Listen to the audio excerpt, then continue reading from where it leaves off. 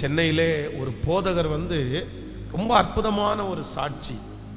ஒரு விசை ஒரு வீட்டில் விசிட்டிங்காக அவர் ஜெபம் பண்ண போகும்போது ஆலயத்திற்கு ஒரு சொந்தமான இடம் இல்லாமல் ரொம்ப கஷ்டப்பட்டுட்டு இருந்தாங்க. சுற்றி இருக்கிற எல்லார் மத்தியிலையும் அந்த ஆலயத்தை நடத்த விடாதபடி பயங்கரமான ஒரு பிரச்சனை.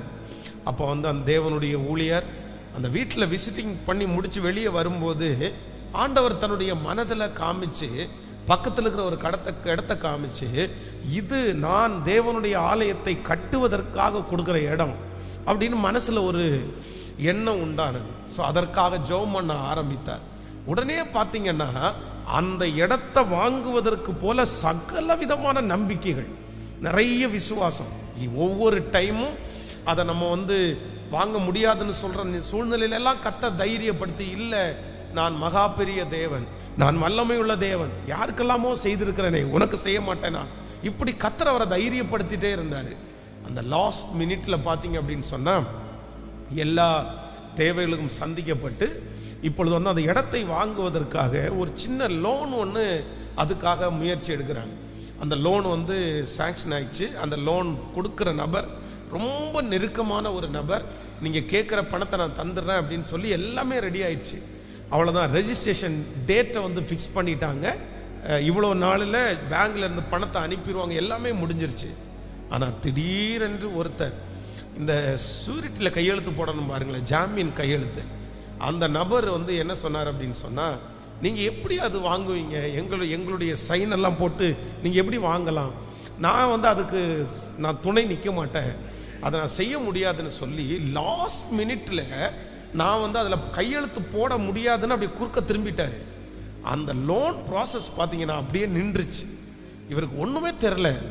ஸோ அப்படியே அதான் எட்ஜு வந்துருச்சு, முடிஞ்சிருவோன்னு வந்துருச்சு, லோன் சேங்ஷன் ஆயிடுச்சு அப்படின்னு நினச்சா அந்த லாஸ்ட் மினிட்ல அந்த லோன் நின்று போயிடுச்சு.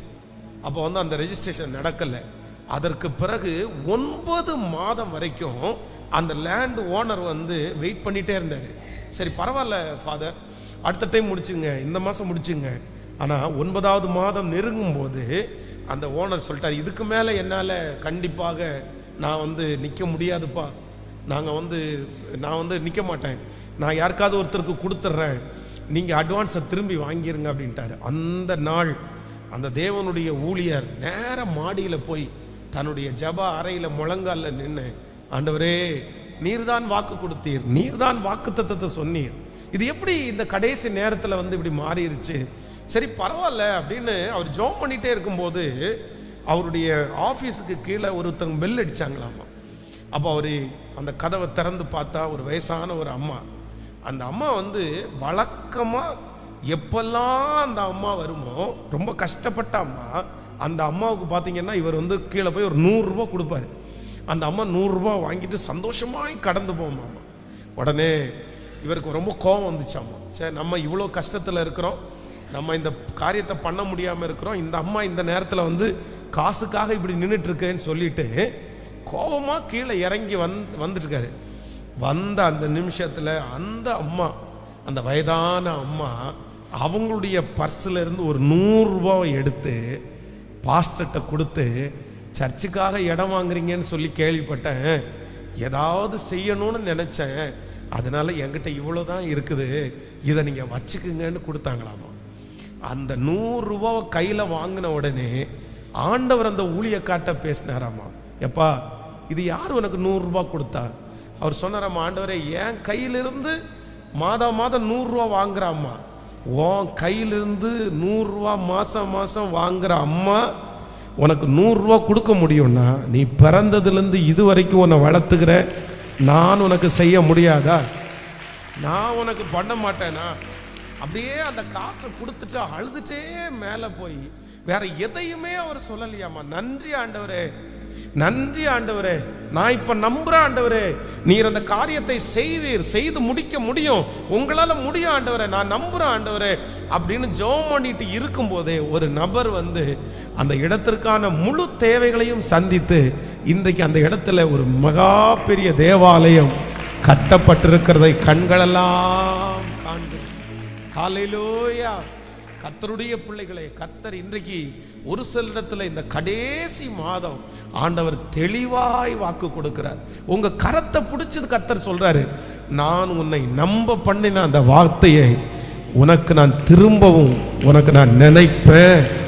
அந்த வாக்கு தத்தத்தை நான் நினைப்பேன். எத்தனை பேர் எதிர் வார்த்தைகளை சொன்னாலும் அந்த வார்த்தையை நீங்கள் நம்ப வேண்டிய அவசியம் இல்லை.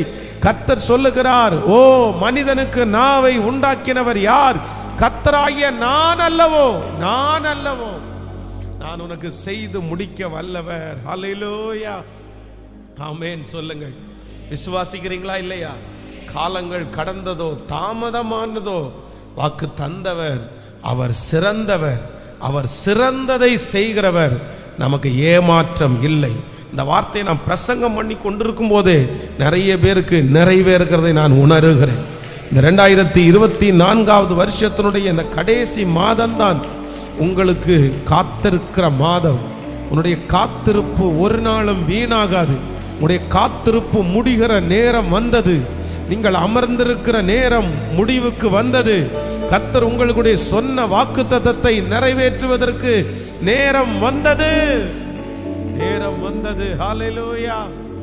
காலங்கள் கடந்ததோ தாமதமானதோ வாக்கு தத்தங்கள் உன் வாழ்வினில் தொலைந்ததோ. காலங்கள் கடந்ததோ தாமதமானதோ வாக்கு தத்தங்கள் உன் வாழ்வினில் தொலைந்ததோ. வாக்கு தந்தவர் சிறந்தவர், சிறந்ததை தருபவர். ஏமாற்றங்கள் வாக்கு தந்தவர், சிறந்ததை தருபவர். ஏமாற்றங்கள் பாடுவோம்.